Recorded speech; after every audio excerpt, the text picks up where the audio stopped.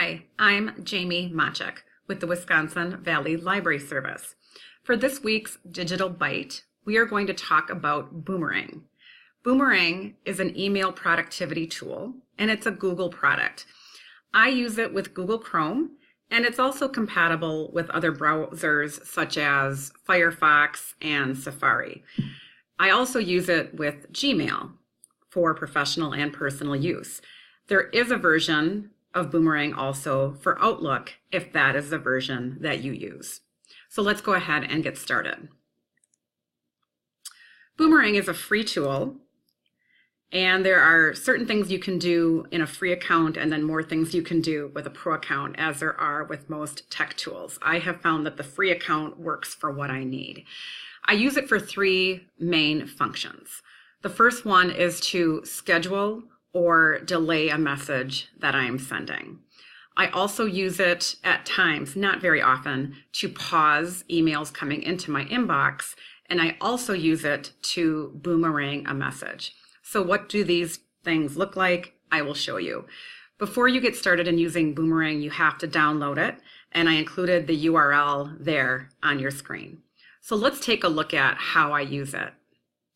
Once you have Boomerang added on as an extension, you will notice the little boomerang symbol then in your email.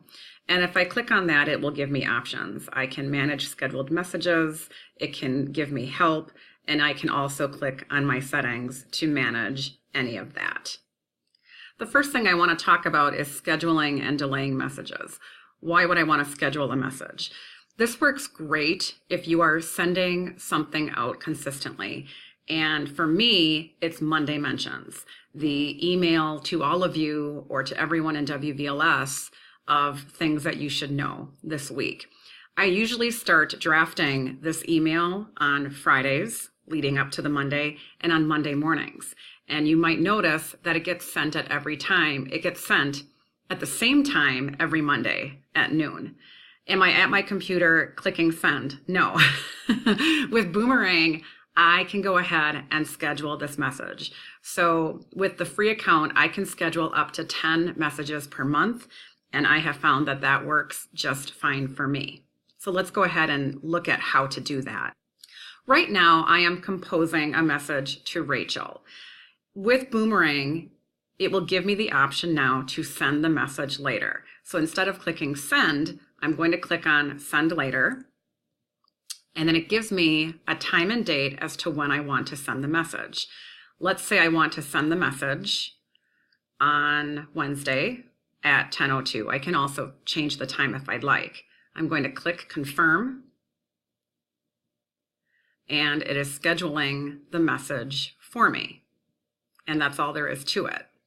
And then there's a pop-up that says when that message will be sent. Let's say I want to do something different with this message that I just scheduled to Rachel. I went to my Boomerang symbol and clicked on Managed Scheduled Messages, and it brought up this screen. If I go to then Messages to Send Later, there is my message to Rachel.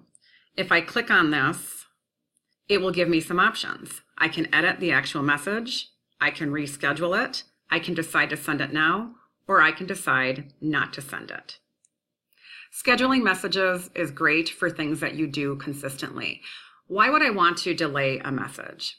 Let's say Rachel has been out of the office for 3 days with the flu, and there is something I need to send to her, but I know when she gets back in the office, her email inbox will be full of other messages.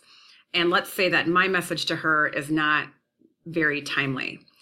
I can delay that message so that maybe it gets sent to Rachel later that afternoon, she is in, or even the next day, which she would probably appreciate.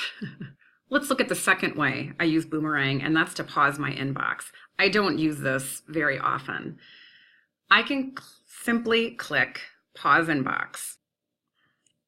When I do that, it brings up this screen, and I can simply click pause. And that means emails will not be coming into my inbox as long as pause is clicked. I can choose an option to unpause it automatically after a certain date and time, or I can just go back in and unclick that. So it's just a matter of clicking pause, and then it will say how your inbox is currently paused. Please visit and unpause it to see what's waiting for you. And now I have an unpause option. The third way I use Boomerang is to have a message come back to me in my inbox. Much like a boomerang, when you throw it, it comes back to you. The same thing can happen with email. This is a perfect example. It's saying that I can submit a WLA conference proposal before March 1st. So let's say I want to submit a proposal, but I don't have time to work on it in the next few days, and I also don't want to forget about it. I can go ahead and click Boomerang, and then I can decide when I want that to come back into my inbox.